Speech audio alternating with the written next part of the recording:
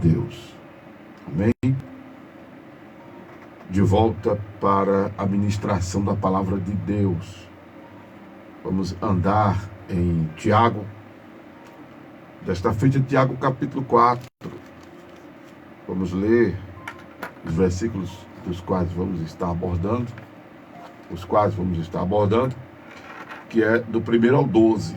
Amém? Acompanha comigo essa leitura. Donde vêm as guerras e pelejas entre vós? Porventura não vem disto, a saber, dos vossos deleites, que nos vossos membros guerreiam? Cobiçais e nada tendes. Sois invejosos e cobiçosos e não podeis alcançar.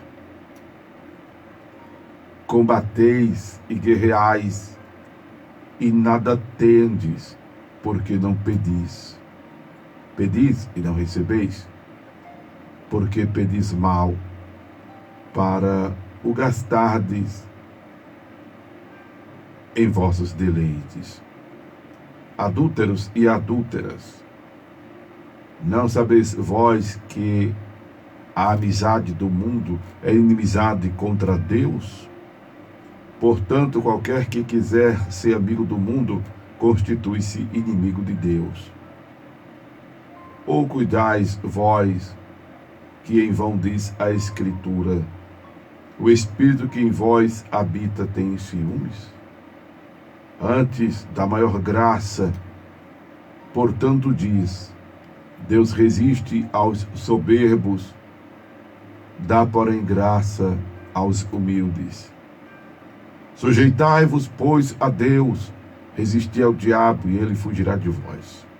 Chegai-vos a Deus e ele se chegará a vós. Limpai as mãos, pecadores, e vós de duplo ânimo, purificai o coração. Senti as vossas misérias e lamentai e chorai. Converta-se o vosso riso em pranto e o vosso gozo em tristeza. Humilhai-vos perante o Senhor e ele vos exaltará. Irmãos, não faleis mal uns dos outros. Quem fala mal de um irmão e julga a seu irmão, fala mal da lei e julga a lei. E se tu julgas a lei, já não és observador da lei, mas juiz. Há um só legislador e um juiz que pode salvar e destruir. Tu, porém, quem és que julgas a outrem? Amém, amados? Tiago capítulo 4, como já dissemos, Tiago, irmão de Jesus, era o pastor da igreja em Jerusalém. Como pastor, ele tinha essa abordagem bem pragmática, bem direta, porque o pastor é o que apacenta, é o que cuida, é o que, enfim, não faz arrodeios, é objetivo, vai direto, em cima do já perceptível diagnóstico da situação.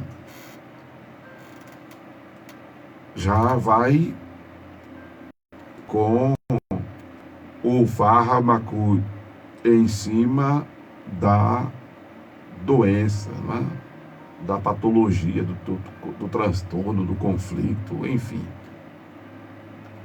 Então, Tiago, ele tratava do que ele estava percebendo entre os irmãos, apesar de dispersos. Lembrando que essa epístola ele escreve para aqueles que se mantiveram em Jerusalém, mesmo diante da diáspora, bem como para aqueles que se dispersaram por conta da diáspora.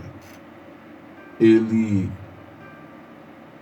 percebe que a igreja está sendo refletida pelos que estão em loco, pelos que estão presentes em Jerusalém, mas também pelo que ele vem escutando, pelo que ele vem sendo informado, pelo que ele vem sabendo, pelo que vem circulando acerca dos irmãos. Pedro, inclusive, nesse contexto, ele diz na sua epístola que os irmãos deveriam orar e vigiar, porque o diabo bramava como leão, e ainda continua fazendo isso, buscando a quem possa tragar. E aí Pedro diz para os irmãos que o resistisse firme na fé, sabendo que as mesmas aflições se cumprem entre os vossos irmãos no mundo. Pedro está dizendo isso para estes irmãos amados, está dizendo isso para a igreja que está dispersa. Louvado seja Deus, nesta contextualização de perseguição. Até porque não se distancia muito tempo que Pedro diz isso, considerando que a carta de Tiago, a epístola de Tiago, ela é datada dos anos 45 aos anos 60, e a epístola de Pedro há cerca de 60 a 63 anos depois de Cristo. Então a gente percebe que são só 2 décadas de diferença, não é? Mas o contexto de perseguição, o contexto de batalha espiritual é o mesmo, que se estende por muitos anos. E não parou por aí, não. E não parou por aí. Porque, segundo a história, o sistema de crença romano, ele é institucionalizado nos anos 380. E nesse período, o que já estava ruim para os cristãos fica pior, né? Quando muitos são colocados em arenas para serem mortos pelas bestas feras, à vista de todo mundo, são colocados para diversão da população, e outros são banidos para fora da cidade, andarem errantes e terem suas vidas ceifadas também pelas feras do campo, e enfim, morrerem de insolação, de desidratação, de desnutrição, enfim. O que estava ruim ficou pior. E é a perspectiva da igreja neste mundo até Jesus voltar. Não pense que, como cristão,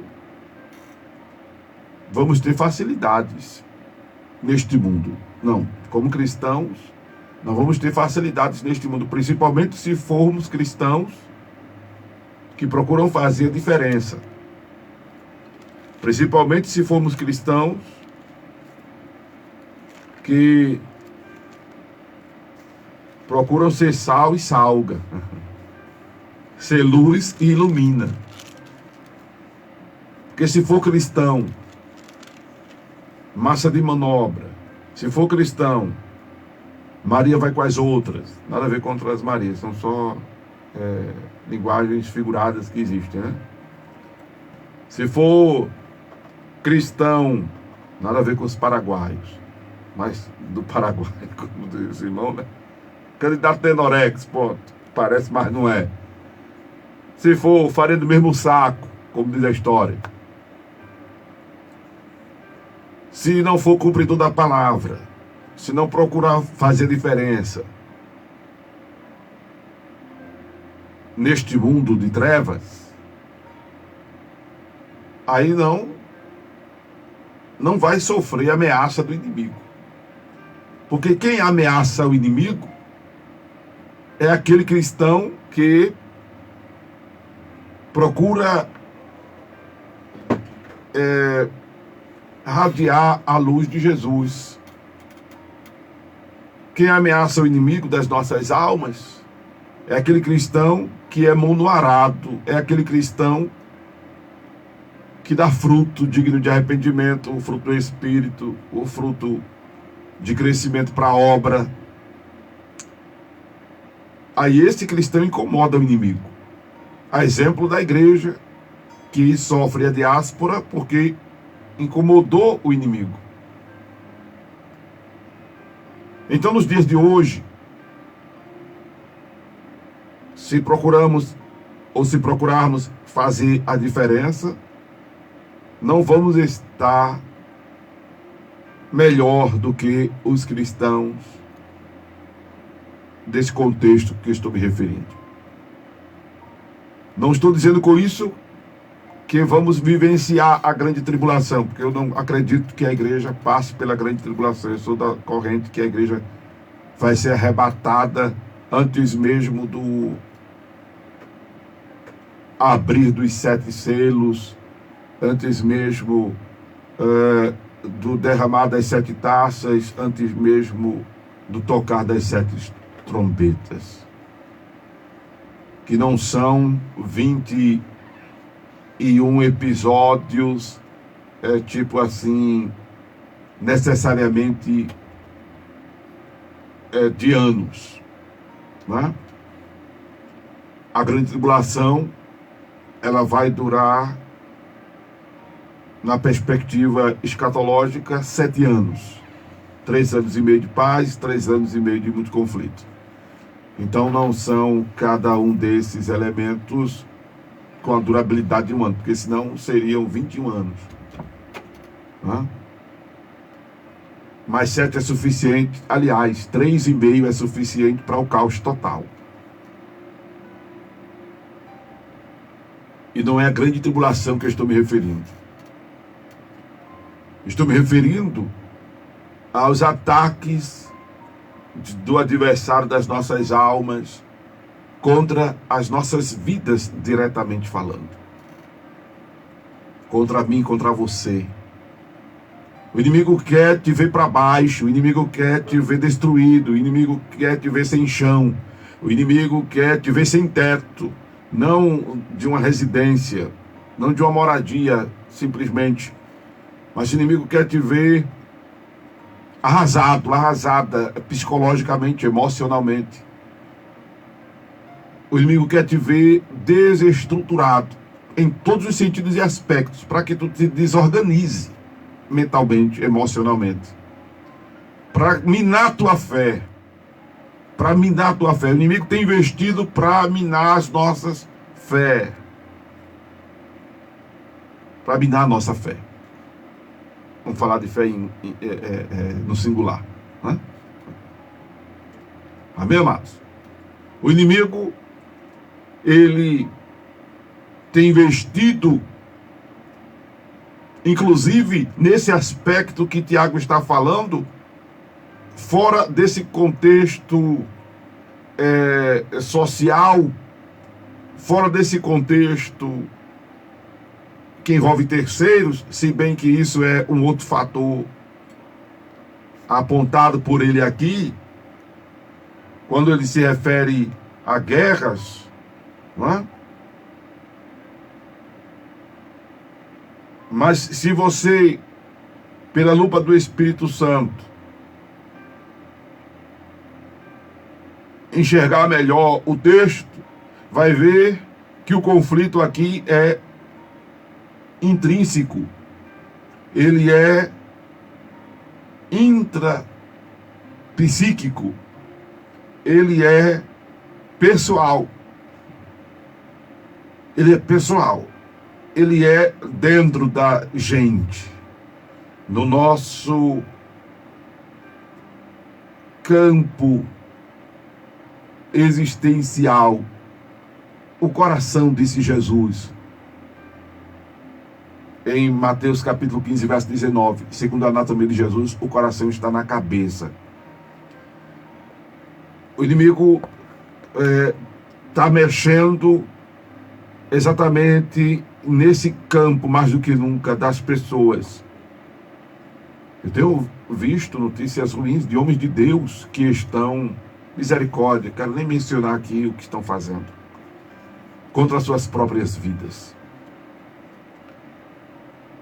O que tem de pessoas perdendo a fé, perdendo a esperança, perdendo as convicções, deixando de crer. O que tem de gente se desestimulando existencialmente das coisas espirituais.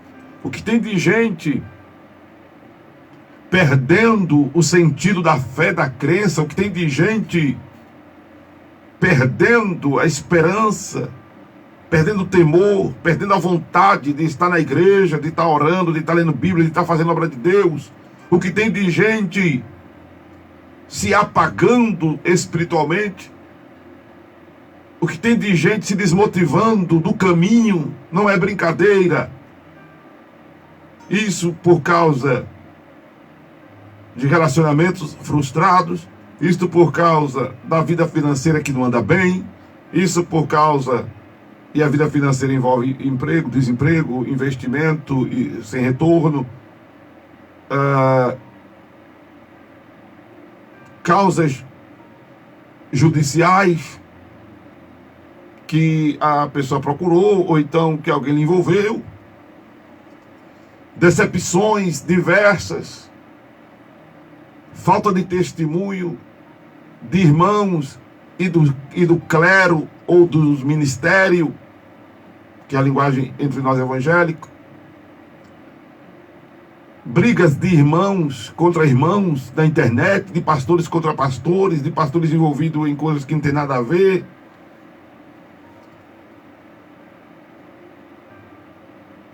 O que tem de gente se decepcionando com outros crentes.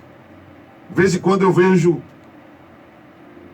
alguma crítica à eclésia. Dia desses, eu estava vendo uma pessoa fazendo comentário aí na internet. Tem gente que nunca foi nada na vida, aí vai ser pastor e se enche de autoridade para estar botando o povo do seu que lelele, papapá. A pessoa fazer uma crítica dessa. Acontece. Mas a pessoa está ganhando o quê? Levando isso para a internet. E aí tem aqueles que estão tão fracos na mente que... Eu ia dizer uma expressão chula, antiga, mas em respeito, ou até talvez para eu não ser criticado, não vou nem dizer, não é nem respeito, é para eu não ser criticado, não vou dizer. Mas tem pessoas que, pega isso, envereda nesse caminho de só enxergar, que é o que está acontecendo, o que há de errado dentro das denominações, o que outros fazem de errado. Aí miram só nisso, mira só no pastor que não dá exemplo, mira só em fulano que errou, mira só em fulano que é. Caramba, por que não procura olhar quem faz a coisa certa? Por que você não procura enxergar quem faz as coisas direito? Só vê pastor que dá golpe, só vê pastor que adultera, só vê pastor que fica botando moral porque nunca foi ninguém na sociedade e inventou de ser pastor, que é a crítica que estão fazendo, para se sentir alguma coisa. Caramba, por que tu não vê aquele pastor que é humilde? Aquele que é pobre? Por que não vê os missionários que estão na janela 1040 dando as vidas pelo Evangelho? Por que não vê os irmãos que são honestos, os pastores que são honestos? Só vê os ladrão? Só vê os mercenários? Satanás está atuando para minar tua fé. assim e de outras maneiras, trabalhando na tua mente, semeando coisa ruim. Semeando coisa ruim. Escandalizando e querendo escandalizar o Evangelho. Escandalizando e querendo escandalizar o Evangelho. Querendo macular o nome de Jesus. Aí a ideia do diabo, irmão, é de te desmoralizar, é de me desmoralizar. Que talvez não seja o seu caso de afetar muita gente. Mas quando um pastor é desmoralizado, muita gente é afetada. Você que de repente não tem nada a ver com a minha vida, você que está aqui me assistindo na live do Face, do Instagram, do YouTube, está me ouvindo aí pela M890, está me escutando pelo aplicativo, não tem nada a ver com a minha vida. Mas se você souber de um pouquinho assim, de um pecado meu, de um erro meu, aí você, ai meu Deus do céu, pastor Amário, Jesus. Aí não vai mais para a igreja, não quer orar mais, quer ver uma coisa com a outra. Mas é assim que o diabo está usando, fulano, beltrano. Aí esse conflito é aonde? Na tua cabeça. É na tua mente. E o diabo quer atingir mesmo a tua cabeça. A tua mente. Então, vai ficar pior o contexto social para a igreja? Vai. Vai. E para o mundo nem se fala, porque a tendência do mundo é de mal a pior. Não pense que as coisas estão caminhando para o lado bom não, do mundo não. É ladeira abaixo. A partir de desde faz tempo, é só ladeira abaixo. Só ladeira abaixo. Precisamos estar vigilantes todo dia, não só por causa da vida de Jesus, que isso é a situação mais excelente, mais motivadora, diga de passagem, mas precisamos estar vigilantes, porque o contexto existencial, a perspectiva, e eu não sou profeta do caos, eu não sou nem profeta da bonança, que dirá do caos. Eu só entrego o que eu recebo. Se você acompanha de agora, não me conhece. Então procure ouvir as pregações que eu tenho feito. Está aí no YouTube. Está aí Acorda a Bênção, Amário Correia, que você vai ouvir. Aí me escute umas 10 antes de tirar alguma conclusão de mim. Por isso que eu estou dizendo, não sou o profeta do caos, muito menos da bonança. Eu não entrego bênção, eu não sou de estar dando versículo para agradar ninguém, eu não sou de estar massageando, eu não massageio o meu ego, eu não dou massagem em mim que dá nos outros. Mas também não sonego a palavra. Se é para edificar, vai edificação, se é para consolar, vai consolação, se é para exortação, vai exortação. Eu apanho eu falando, irmão, que dirá tu. Aleluia. Mas a verdade é essa, que a tendência é de tudo piorar. Porém, o diferencial da igreja é tipificado pelo povo de Israel, que estava lá no Egito, mas estava na terra de Gósen.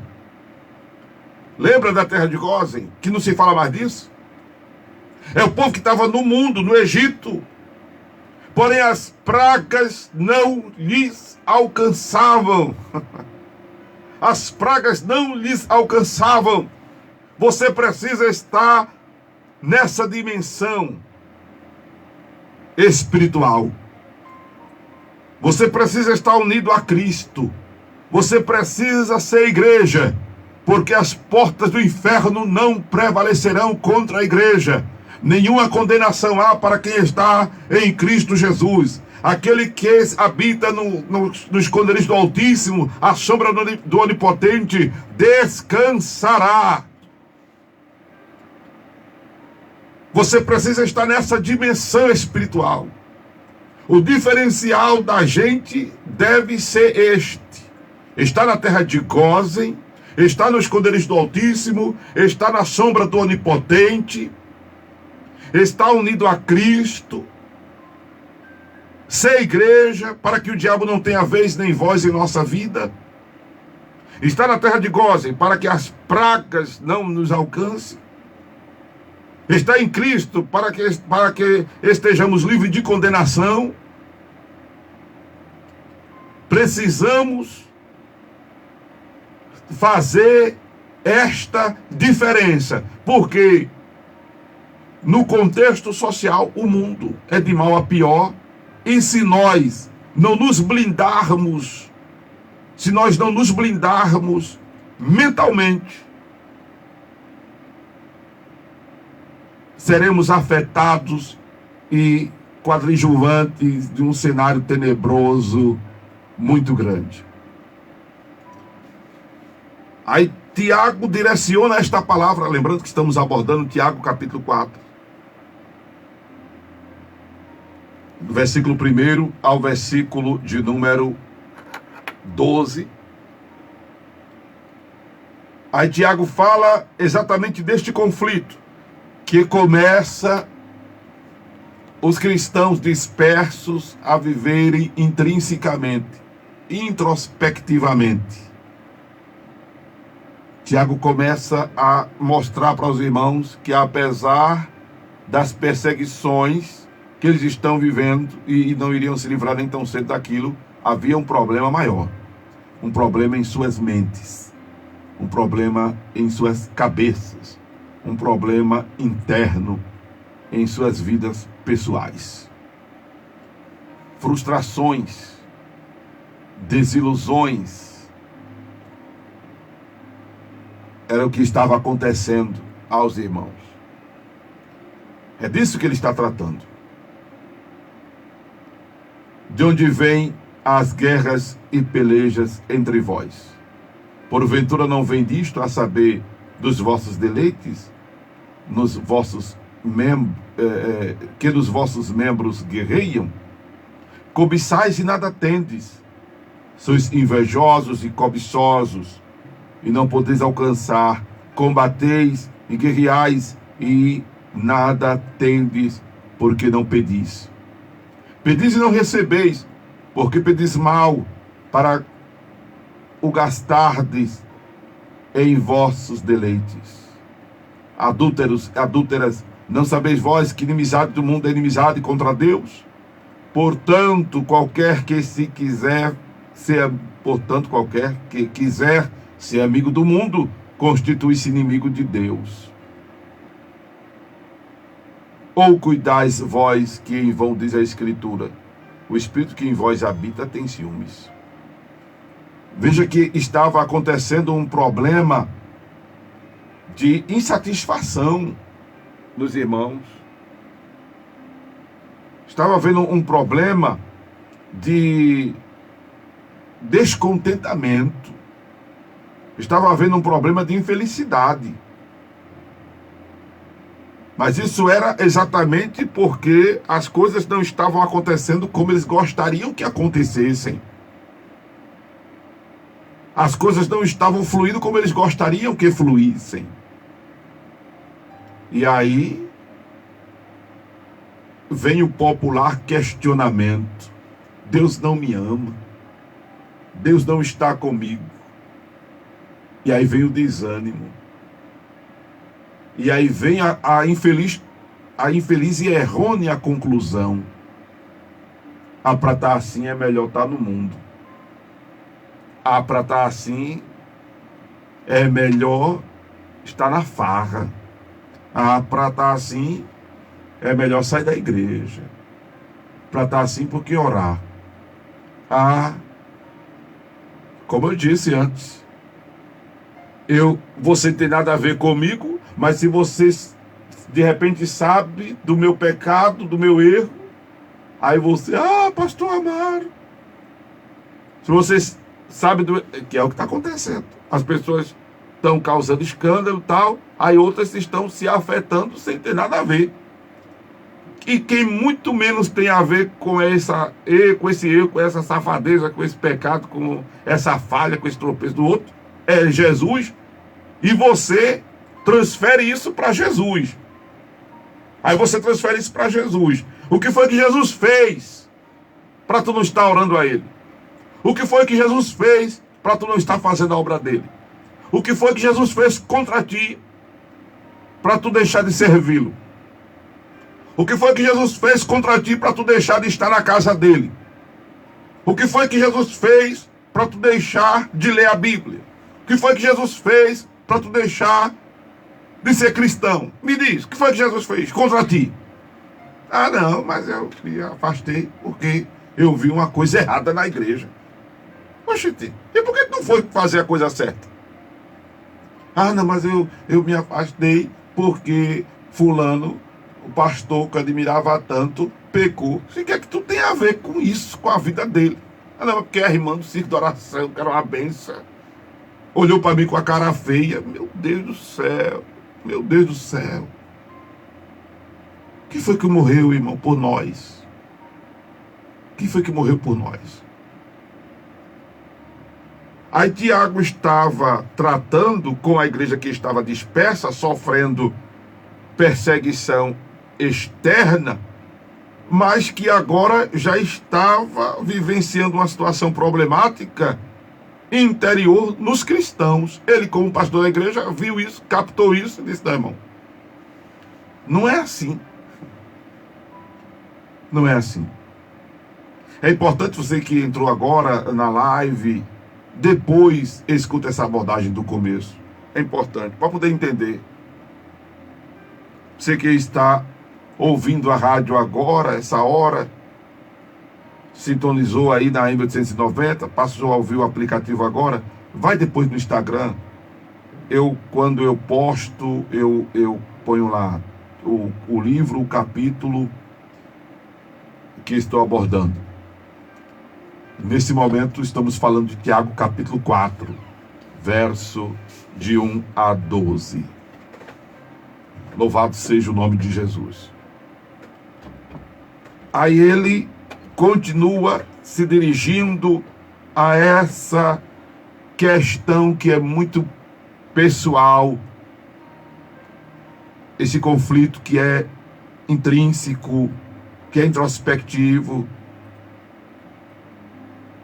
dos irmãos, essa problemática. E que, diga-se de passagem, está abalando a fé, a estrutura dos amados. Porque no contexto aqui, esse conflito não são os problemas políticos da época que afetavam a vida dos cristãos.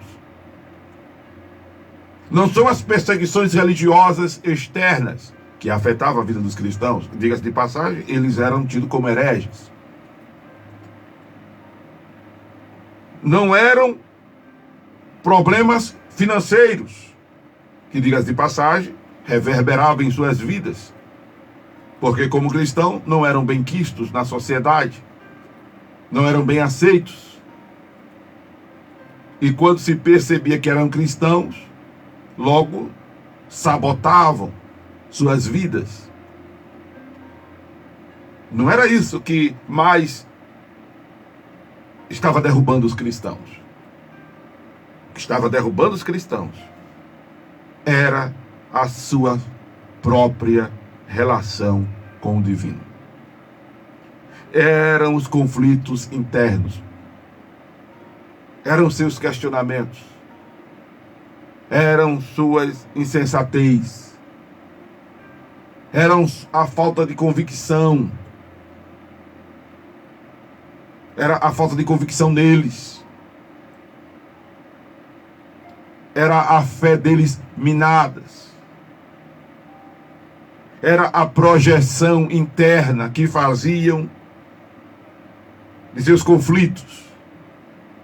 E, diga-se de passagem, essa projeção interna reverberava em sua relação com Deus, que é o que de repente está acontecendo. Eu espero que não seja o caso de vocês que estão me ouvindo e me assistindo, mas é o que está acontecendo com a maioria das pessoas. Jesus, que não tem nada a ver, está pagando o pato. Está levando a culpa. Inconscientemente você está acusando Deus de ser culpado do que está acontecendo. E deixa eu dizer a você uma coisa que eu tenho dito aqui. Não é que quem tem menos culpa, não. Quem não tem culpa nenhuma do que está acontecendo é Jesus. Não é que quem é menos culpado, não. Ele não tem culpa nenhuma. O que está acontecendo, primeiro, é por causa de nós mesmos. Queixe-se os homens de seus próprios pecados. E ainda vou lhe dizer mais. Se não fosse Deus, na minha e na tua vida, o que está ruim, estaria pior. Só não está melhor por causa de você mesmo. Por causa de você mesma. E se não fosse Jesus, o que está ruim, e pode ter certeza, meu irmão, meu ouvinte, meu internauta, estaria pior se não fosse Jesus. Então não deixe que a sua fé seja abalada pela vida desexemplar, né? Ou pelo mau testemunho. Vou falar mais fácil, pastor. Não deixe que a sua vida seja afetada, a sua relação com Jesus, muito menos, afetada pela falta de testemunho, por escândalos que estão dando por aí, moral, espiritual.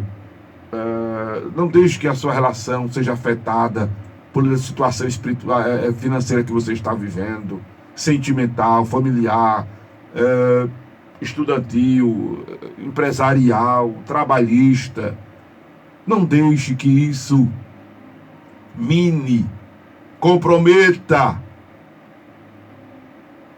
a tua relação com Jesus. Ele não tem nada a ver com o que está acontecendo de ruim e de errado, não.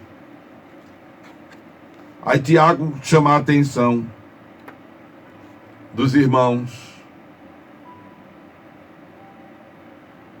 Antes da maior graça, portanto, diz, Deus resiste aos soberbos, dá graça, porém, aos humildes. Sujeitai-vos a Deus. Resistiu o diabo e ele fugirá de vós. Essa resistência é interna. Chegai-vos a Deus e ele se chegará a vós.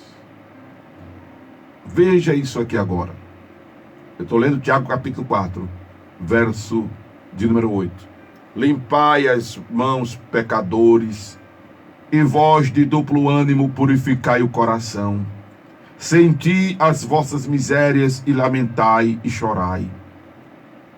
Converta-se o vosso riso em pranto e o vosso gozo em tristeza. Humilhai-vos perante o Senhor e Ele vos exaltará.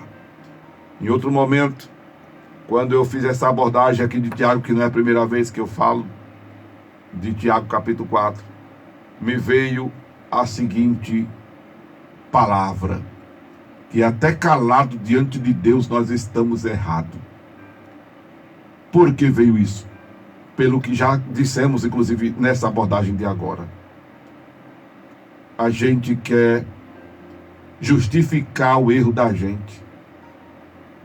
A gente quer justificar o pecado da gente. A gente quer justificar o esfriamento da gente. A gente quer justificar a negligência, a ociosidade. A gente quer justificar tudo de negativo no qual a gente está metido, no qual a gente se envolveu, no qual a gente está praticando. A gente quer justificar. A gente quer justificar o nosso erro pelo erro do outro. A gente quer justificar a nossa frieza espiritual por causa do erro, do escândalo do outro, por causa da falha do outro. A gente quer justificar o não estar orando, o não estar lendo a Bíblia, o não estar indo à igreja, o não estar fazendo a obra por causa do outro. Esquecendo que também somos pecadores, que erramos tanto quanto o outro. Por isso que ele diz, irmão, aí vamos já pular aqui, mas eu vou voltar a esse trecho. Por isso que ele diz, irmãos, não faleis mal uns dos outros. Se tu julga a lei, se tu não falei mal uns dos outros. Quem fala mal de um irmão e julga a seu irmão, fala mal da lei, julga a lei. Se tu julgas a lei, já não és observador da lei, mas juiz. Ora, só em julgar os outros, quem somos nós para julgar os outros? Nós também somos pecadores. Quem somos nós para tirarmos pedra no telhado dos outros, se o nosso telhado também é de vidro? O seu telhado é de vidro, jogue pedra no telhado dos outros, não. O seu é de vidro também. Aí a gente fica, sabe, não, mas rapaz, o pastor, o irmão, a irmã, meu Deus, aí quer usar disso para dizer que está deixando de ir para a igreja, que deixou de orar, que deixou de ficar por causa de fulano. O que é que tu tem a ver com o pecado dele? Tu paga as contas dele, tu paga as contas dela. Não paga a minha vez. E mesmo que pagasse. A tua vida é a tua vida, a dele é a dele, a dela é a dela. E tu vai prestar conta de tu. E ele vai prestar conta dela. E ela vai prestar conta dela e ele vai prestar conta dele. Não deixe que essas coisas te atinjam, te afetem. E outra, Jesus mesmo nos ensina em Mateus 7, e nos evangelhos, né? Não julgueis para que não sejais julgados. Então, nós não fomos constituídos juiz de ninguém. Nós não somos melhor que ninguém. Por isso que, diante de Deus, me veio a palavra. Estamos errados até calado. Por isso que Tiago orienta bem diretivamente. Limpai as mãos, pecadores, e vós de duplo ânimo, purificai o coração. Senti a vossa miséria, lamentai e chorai. Converta o vosso riso em pranto e o vosso gozo em tristeza. Humilhai-vos perante o Senhor e Ele vos exaltará. Esse aqui do Senhor vos exaltará, não é agora você ser o centro dos holofotes. Não é agora o Senhor pegar a glória dele e toma a bênção. Não é isso não. Esse vos exaltará é exatamente a mudança do quadro da tua vida. É exatamente você se arrepender, você pedir perdão a Deus, você se retratar com o Senhor, e aí você voltar a ter satisfação existencial, razão para viver, alegria de servir a Deus, se levantar, se erguer espiritualmente. Porque não tem coisa melhor do que estar bem, não é, irmãos? Não tem coisa melhor do que ter paz. Não tem coisa melhor do que ter satisfação existencial, razão para viver. Não tem coisa melhor do que ter sentido na vida. Não tem coisa melhor do que estar focado no céu. Não tem coisa melhor do que estar na presença do Senhor. Porque quem tem ao Senhor tem tudo. E quem não tem ao Senhor não tem nada. Na presença dele encontramos alívio e descanso para as nossas almas. Porque o seu jugo é suave, o seu fardo é leve. Na presença dele até a tristeza salta de alegria. Aleluia, aleluia, aleluia.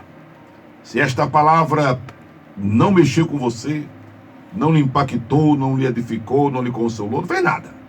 Foi a voz de Amaro Corrêa. Mas se ela mexeu com você como está mexendo comigo, se ela lhe impactou como está me impactando, se ela lhe edificou, lhe exortou, lhe consolou, o que você ouviu foi a voz de Deus, a voz do divino.